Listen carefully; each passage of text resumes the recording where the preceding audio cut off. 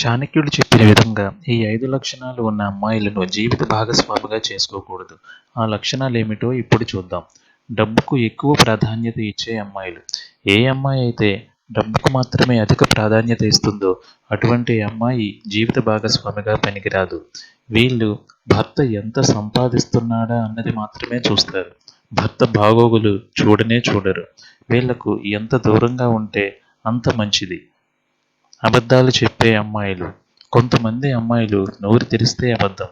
ఉన్నది లేనట్టుగా, లేనిది ఉన్నట్టుగా చెప్పటం వాళ్ళ సహజ లక్షణం. చిన్న అబద్ధాలు అవసరం కోసం అందరూ చెప్తారు. కానీ వీళ్ళు అబద్ధం చెప్పటానికే అవసరాన్ని సృష్టించుకుంటారంటాడు చాణక్యుడు. అలాంటి అబద్ధాలు భార్యాభర్తల మధ్య విభేదాలకు కారణం అవ్వచ్చు. కుటుంబాలు కూడా నాశనం కావిస్తూ ఉంటారు. సో, ఇటువంటి అమ్మాయిలు మీరు సెలెక్ట్ చేసుకోవద్దు. నమ్మకం లేని అమ్మాయిలు. అనుమానమే వీరి ప్రధాన లక్షణం. భర్త ఏ పని చేసినా అనుమానమే. ఎక్కడి నుండి వచ్చినా అనుమానమే. ప్రతి పనిలోనూ అనుమానాన్ని మాత్రమే వెతికే లక్షణం కలిగి ఉంటారు.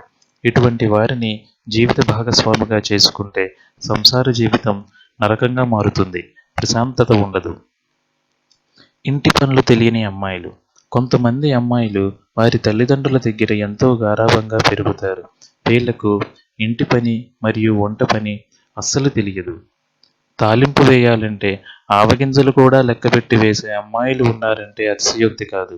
వీళ్లకు ఇల్లు శుభ్రంగా ఉంచడం చేతకాదు.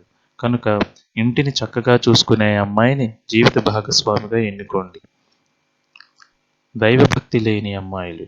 దైవభక్తి లేని అమ్మాయిలను లైఫ్ పార్ట్నర్గా సెలెక్ట్ చేసుకోవద్దు అంటాడు చాణక్యుడు.